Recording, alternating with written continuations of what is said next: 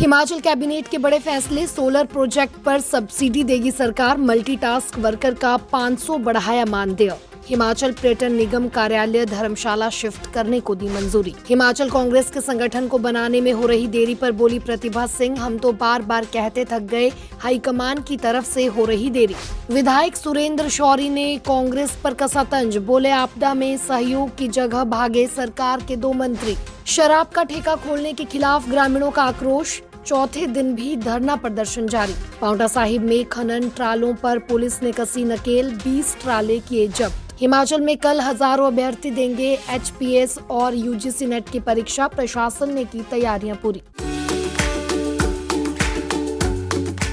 हिमाचल में विकास की नई परिभाषा स्थापित हो रही है। मुख्यमंत्री ठाकुर सुखविंदर सिंह सुक्खू ने सरकार गांव के द्वार कार्यक्रम से प्रशासन और लोगों के बीच की दूरी को खत्म किया है। सरकार गांव के द्वार कार्यक्रम से प्रदेश के दूर दराज के क्षेत्र विकास की मुख्य धारा से जुड़ रहे हैं। सुशासन की पहचान बन चुके सरकार गांव के द्वार कार्यक्रम को भारी स्नेह और जन समर्थन मिल रहा है। काला पानी कहे जाने वाले डोडरा कवार, कुपुई के टिक्कर गांव और जिला कुल्लू के सरची गांव में सरकार गांव के द्वार कार्यक्रम में मुख्यमंत्री ने स्थानीय लोगों के साथ संवाद कायम किया। हमने बड़ा अच्छा अनुभव किया कि माननीय मुख्यमंत्री महोदय ने जो है हमारी सभी मांगों को जो है एक हरी झंडी दे दी है कि आपके जो है आने वाले समय में जो है सारे काम जो है वो जरूर जो है वो सफल होंगे। विकास की नई परिभाषा स्थापित करते हुए मुख्यमंत्री लोगों की लंबे समय से लंबित समस्याओं का समाधान कर रहे हैं। वर्षों से विस्थापन का दंश झेल रहे पौंग डैम विस्थापितों के जीवन में मुख्यमंत्री खुशियों की सौगात लाए हैं। 89 पौंग डैम विस्थापितों को मुख्यमंत्री ने भूमि के कागजात प्रदान किए। उन्हें गृह निर्माण के लिए 3 लाख रुपए की वित्तीय सहायता भी प्रदान की जाएगी। दुर्गम पांगी घाटी में राज्य स्तरीय हिमाचल दिवस का आयोजन करवाकर मुख्यमंत्री ने यह रेखांकित किया है कि हिमाचल की इस विकास यात्रा में हर हिमाचल वासी सहभागी है। प्रदेश सरकार सर्वस्पर्शी विकास की संकल्पना को साकार कर रही है। नमस्कार, पंजाब केसरी देख रहे सभी दर्शकों का स्वागत है। मैं हूं दीक्षा शर्मा, लेकर हाजिर हूं प्रदेश की तमाम बड़ी खबरें। डालिए नजर हिमाचल पर।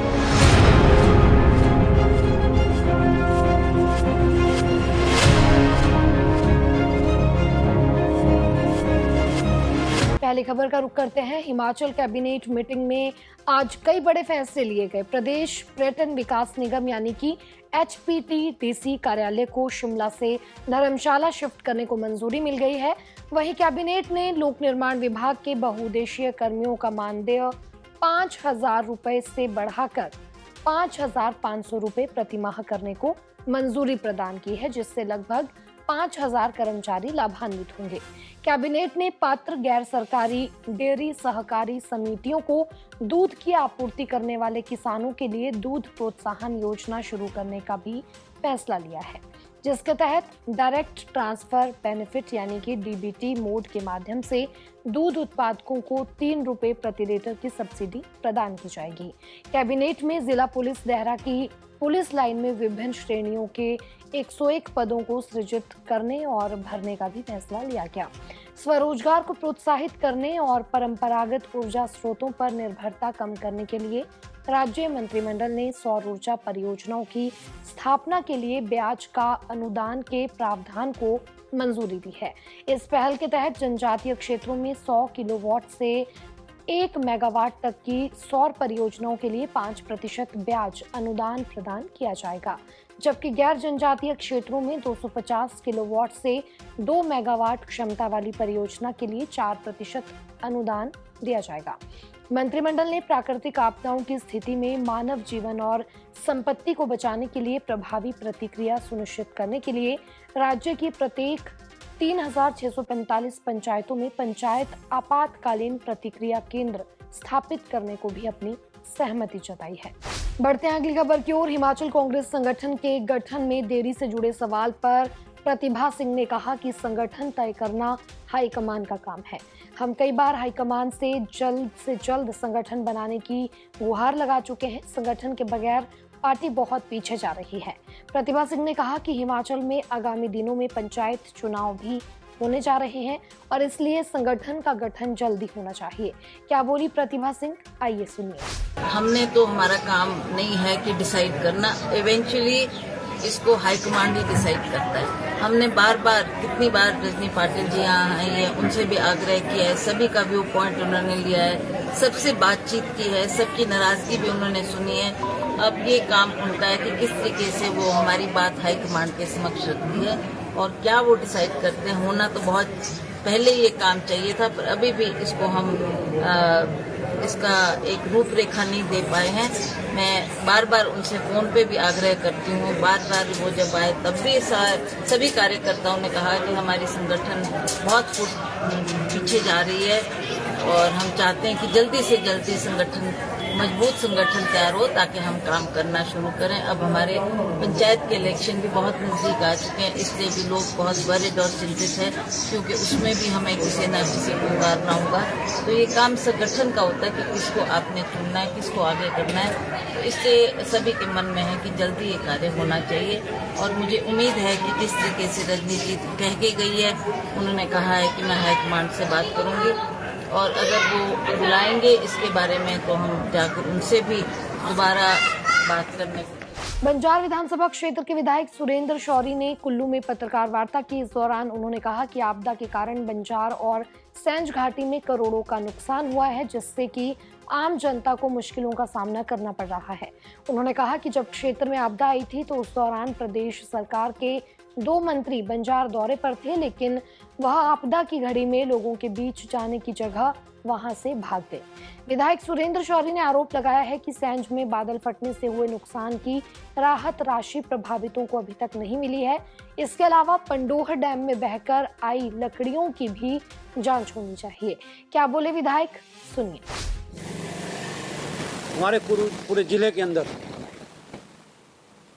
डिजास्टर आया, आपदा आई, भारी बारिश हुई, जगह जगह बादल फटे।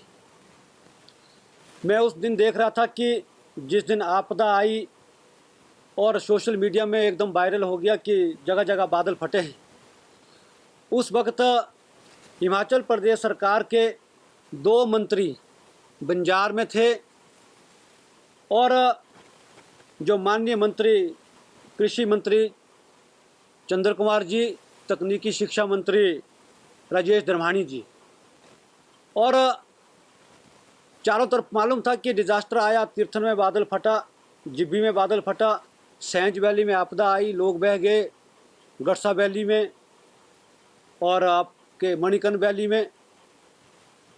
सोशल मीडिया में इतनी फ़ोटो वायरल हो रही थी, वीडियो वायरल हो रहे थे, लेकिन यह सरकार इतनी संवेदनहीन मैं कहूँगा कि दोनों मंत्री चुपचाप यहाँ से निकल गए बिना यहाँ के कुल्लू के हाल जाने हुए कि आखिर कुल्लू जिला में इतनी बड़ी दिक्कत आई है। हम विधानसभा में हैं तो एक नैतिक दायित्व तो बनता था कि पूरी स्थिति का जायजा लेते, मौके पे जाते। अभी आपदा के दौरान पूरा बंजार क्षेत्र के अंदर पानी की दिक्कत रही। जो हमारी पेयजल योजनाएं हैं, वाटर सप्लाई की स्कीमें हैं, सारी तहस नहस हो गई है, लेकिन उनको रिस्टोर करना है, उसकी तरफ ध्यान नहीं है। लेकिन ये न जाने कैसी सरकार सुखविंदर सिंह सुक्खू की है, कैसा प्रशासन है। इनको अभी से ही कि सभी अधिकारियों को बुला करके 1 जुलाई को कुल्लू में दशहरे की मीटिंग करेंगे। मैं दशहरे के विरोध में नहीं हूँ, लेकिन हर काम करने का एक मौका होता है, अवसर होता है, और किस समय हमें कौन सा काम करना चाहिए। अगर आज डिजास्टर आया है, अगर आज आपदा आई है, पूरे प्रशासन की एक नैतिक जिम्मेवारी बनती है कि आपदा के समय में जो जो हम राहत दे सकते हैं, जो जो लोगों को सहूलियत दे सकते हैं, उस दिशा में काम करें। होना तो चाहिए था डिजास्टर मैनेजमेंट को लेकर, क्योंकि अभी तो पहला मॉनसून आया है, पहली बरसात ने हमें ये सबक सिखा दिया, लेकिन अभी लंबा चलने वाला है। मीटिंग होनी चाहिए थी आपदा से निपटने के लिए हम क्या ठोस उपाय कर सकते हैं, आने वाले समय में हम कैसे उससे निपट सकते हैं। उसके नाते अधिकारियों से मीटिंग करते तो बात समझ में आती कि भाई इसलिए हम बैठक कर रहे हैं।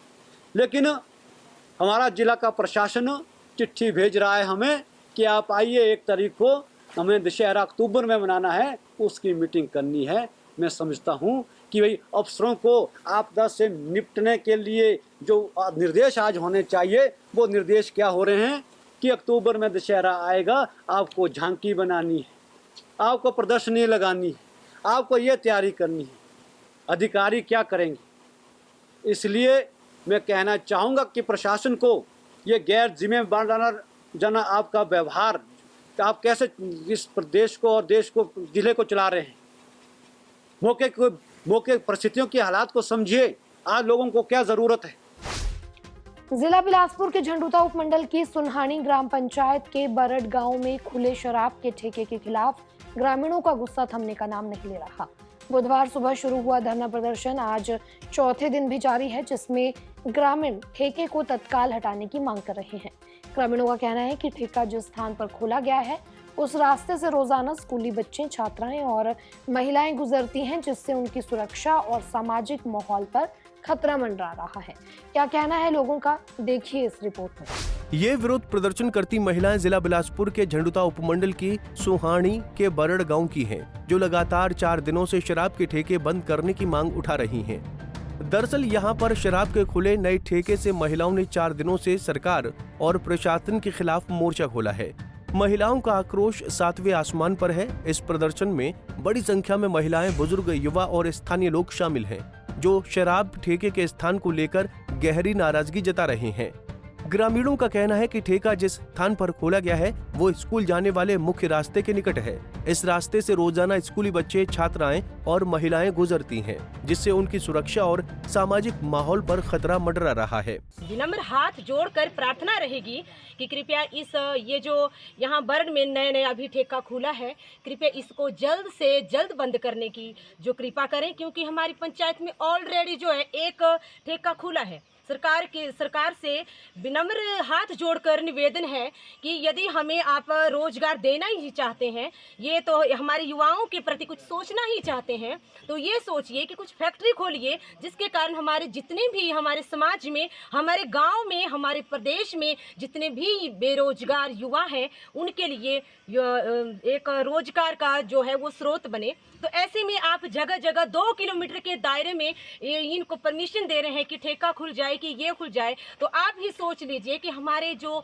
युवा हैं, जो बेरोजगार हैं, उनके लिए उनकी स्थिति जो कहाँ तक डेवलप हो रही है। और इस सरकार से और इन भाइयों से भी हमारा यहाँ कोई विरोध नहीं है, यहाँ कोई विरोध प्रदर्शन इनके प्रति नहीं है। विरोध प्रदर्शन जो हो रहा है वो इसीलिए हो रहा है कि आप जल्द से जल्द इस ठेके को आगे पीछे ले जा सकते हैं। हमारी बस आप भाइयों से यही रिक्वेस्ट रहेगी, क्योंकि हमारी पंचायत में ऑलरेडी जब ठेका है तो दूसरा ठेका खोलने का कोई एक्सक्यूज बनता ही नहीं है। क्या यहाँ हम अपने बच्चों को बस नशे की तरफ ही धकेलते जाएंगे?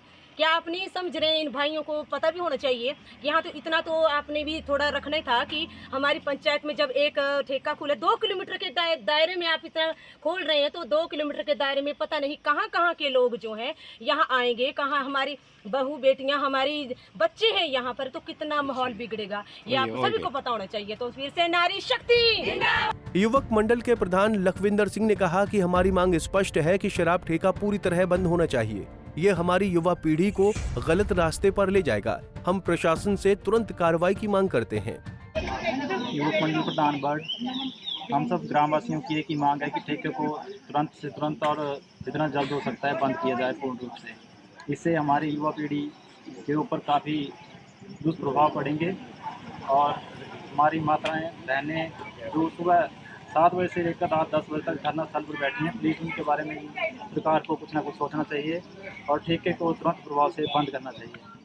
इन शब्दों के साथ जय हिंद, जय भारत। प्रदर्शनकारियों ने नारेबाजी करते हुए प्रशासन के खिलाफ अपनी नाराजगी जाहिर की और कहा कि अगर उनकी मांगों पर ध्यान नहीं दिया गया तो वो आंदोलन को और तेज करेंगे। पंजाब केसरी टीवी के लिए बिलासपुर से मुकेश गौतम की रिपोर्ट। अवैध खनन के खिलाफ Paonta Sahib police action mode में रहकर काम करती दिखाई दे रही है। बीती देर रात पांवटा साहिब पुलिस ने यमुना नदी से खनन सामग्री लेकर जा रहे 20 ट्रालों को कब्जे में लिया है। क्या है पूरा मामला, जानिए इस रिपोर्ट में।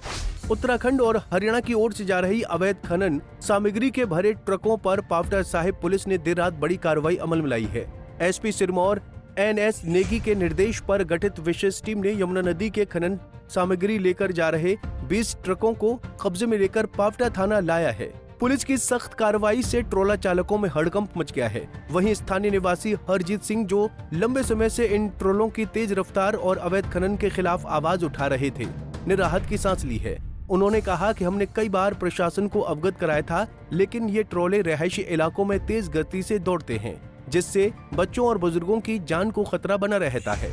अब जाकर प्रशासन ने ठोस कदम उठाए हैं। इन ट्रोलों की लापरवाही का अंदाजा इसी बात से लगाया जा सकता है कि कुछ ट्रोले तो रिहायशी इलाकों में घरों में घुस चुके थे, जिससे स्थानीय जनता में गहरा आक्रोश था। पूर्व में लोग सड़कों पर उतरकर धरना प्रदर्शन भी कर चुके थे। गौरतलब है कि लगभग 1 माह पहले भी पुलिस ने इसी तरह की कार्रवाई कर करीब 2 दर्जन ट्रोले जब्त किए थे। अब एक बार फिर उसी सख्ती को दोहराते हुए पुलिस ने साफ कर दिया कि अवैध खनन और ओवर स्पीड ट्रोला दौड़ अब नहीं चलेगी। थाना प्रभारी देवी सिंह ने बताया कि सभी ट्रोला चालकों के खिलाफ चालान काटकर उन्हें न्यायालय भेजा जा रहा है। साथ ही उन्होंने संकेत दिए हैं कि आगे भी इस प्रकार की कार्रवाई नियमित रूप से जारी रहेगी। पहले पावटा साहब में ट्रैफिक की समस्या बहुत हो रही थी। जो रात को ट्राले चलते हैं, उन ट्रालों की वजह से आम लोगों का जीवन अस्त व्यस्त हो गया था।